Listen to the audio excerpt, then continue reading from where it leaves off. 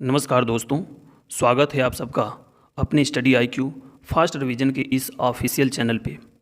दोस्तों, भारतीय संविधान की वीडियो सीरीज़ में आज मैं हाजिर हूँ एक नए टॉपिक के साथ, जिसका नाम है भारतीय संविधान के भाग, संबंधित विषय एवं अनुच्छेद। आमतौर पे हर स्तर की प्रतियोगी परीक्षाओं में सीधे तौर पे यहाँ से प्रश्न पूछ लिए जाते हैं। तो चलिए देर न करते हुए भारतीय संविधान के संपूर्ण भाग एवं उससे संबंधित महत्वपूर्ण तथ्यों का स्मरण करें। तो सबसे पहले भारतीय संविधान के भाग 1 से शुरू करते हैं। तो भारतीय संविधान के भाग 1 के तहत संबंधित विषय में संघ और उसका राज्य क्षेत्र का स्पष्ट तौर पे उल्लेख किया गया है, जो भारतीय संविधान के अनुच्छेद 1 से 4 तक के अंतर्गत वर्णित है। अगले क्रम में भारतीय संविधान के भाग 2 के तहत संबंधित विषय के अंतर्गत नागरिकता का स्पष्ट तौर पे उल्लेख किया गया है, जो भारतीय संविधान के अनुच्छेद 5 से 11 तक में वर्णित है। अगले क्रम में भारतीय संविधान के भाग 3 के तहत संबंधित विषय के अंतर्गत मूल अधिकारों का स्पष्ट तौर पे उल्लेख किया गया है, जो भारतीय संविधान के अनुच्छेद 12 से 35 तक के अंतर्गत वर्णित है।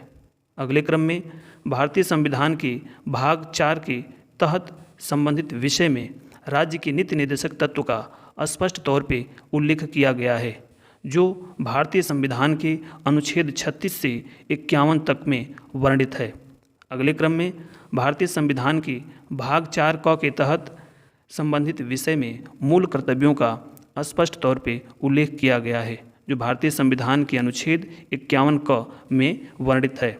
अगले क्रम में भारतीय संविधान के भाग 5 के तहत संबंधित विषय के अंतर्गत संघ यानी द यूनियन का स्पष्ट तौर पे उल्लेख किया गया है, जो भारतीय संविधान के अनुच्छेद 52 से 151 तक में वर्णित है। अगले क्रम में भारतीय संविधान के भाग 6 के तहत संबंधित विषय में राज्य यानी द स्टेट्स का स्पष्ट तौर पे उल्लेख किया गया है, जो भारतीय संविधान के अनुच्छेद 52 से 237 तक में वर्णित है। अगले क्रम में भारतीय संविधान के भाग 7 के तहत संबंधित विषय के अंतर्गत पहली अनुसूची के भाग ख की राज्य का स्पष्ट तौर पे उल्लेख किया गया है, जो भारतीय संविधान के अनुच्छेद 238 निरसित अर्थात अब वर्तमान में यह शक्तिहीन हो चुका है, यह अनुच्छेद में वर्णित है। अगले क्रम में भारतीय संविधान के भाग 8 के तहत संबंधित विषय के अंतर्गत केंद्र शासित प्रदेशों का स्पष्ट तौर पे उल्लेख किया गया है, जो भारतीय संविधान के अनुच्छेद 239 से 242 तक में वर्णित है। अगले क्रम में भारतीय संविधान के भाग 9 के तहत संबंधित विषय के अंतर्गत पंचायतें चुनाव का स्पष्ट तौर पे उल्लेख किया गया है, जो भारतीय संविधान के अनुच्छेद 243 से 243 तक में वर्णित है। तो अगले क्रम में भारतीय संविधान के भाग 9 क के तहत संबंधित विषय के अंतर्गत नगरपालिकाओं का स्पष्ट तौर पे उल्लेख किया गया है, जो भारतीय संविधान के अनुच्छेद 243 त से 243 य छ तक में वर्णित है। तो अगले क्रम में भारतीय संविधान के भाग 9 ख के तहत संबंधित विषय के अंतर्गत सरकारी समितियों का स्पष्ट तौर पे उल्लेख किया गया है, जो भारतीय संविधान के अनुच्छेद 243 य ज से 243 य न तक में वर्णित है। अगले क्रम में भारतीय संविधान के भाग 10 के तहत संबंधित विषय के अंतर्गत अनुसूचित जाति और जनजातीय क्षेत्र का स्पष्ट तौर पे उल्लेख किया गया है, जो भारतीय संविधान के अनुच्छेद 244 से 244 क तक में वर्णित है। अगले क्रम में भारतीय संविधान के भाग 11 के तहत संबंधित विषय के अंतर्गत संघ और राज्यों के मध्य संबंध का स्पष्ट तौर पे उल्लेख किया गया है, जो भारतीय संविधान के अनुच्छेद 245 से 263 तक में वर्णित है।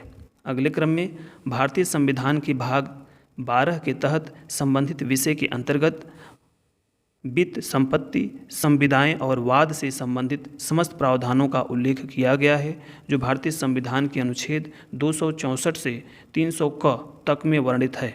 अगले क्रम में भारतीय संविधान के भाग 13 के तहत संबंधित विषय के अंतर्गत भारत के राज्य क्षेत्र के भीतर व्यापार, वाणिज्य एवं समागम अर्थात आने जाने और बसने का स्पष्ट तौर पर उल्लेख किया गया है, जो भारतीय संविधान के अनुच्छेद 301 से 307 तक में वर्णित है।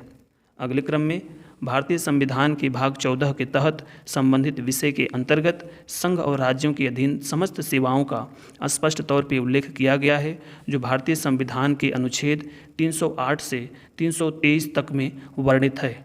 अगले क्रम में भारतीय संविधान के भाग 14 क के तहत संबंधित विषय के अंतर्गत अधिकरण का स्पष्ट तौर पर उल्लेख किया गया है, जो भारतीय संविधान के अनुच्छेद 323 क से 323 ख तक में वर्णित है।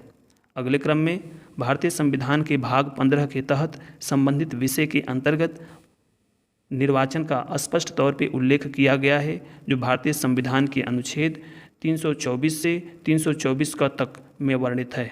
अगले क्रम में भारतीय संविधान के भाग 16 के तहत संबंधित विषय के अंतर्गत कुछ वर्गों के लिए विशेष उपबंध का प्रावधान किया गया है, जो इस प्रकार है। अनुसूचित जातियों, अनुसूचित जनजातियों, पिछड़े वर्गों एवं एग्लो इंडियन के संबंध में विशेष उपबंध का स्पष्ट तौर पर उल्लेख किया गया है, जो भारतीय संविधान के अनुच्छेद 330 से 342 तक में वर्णित है।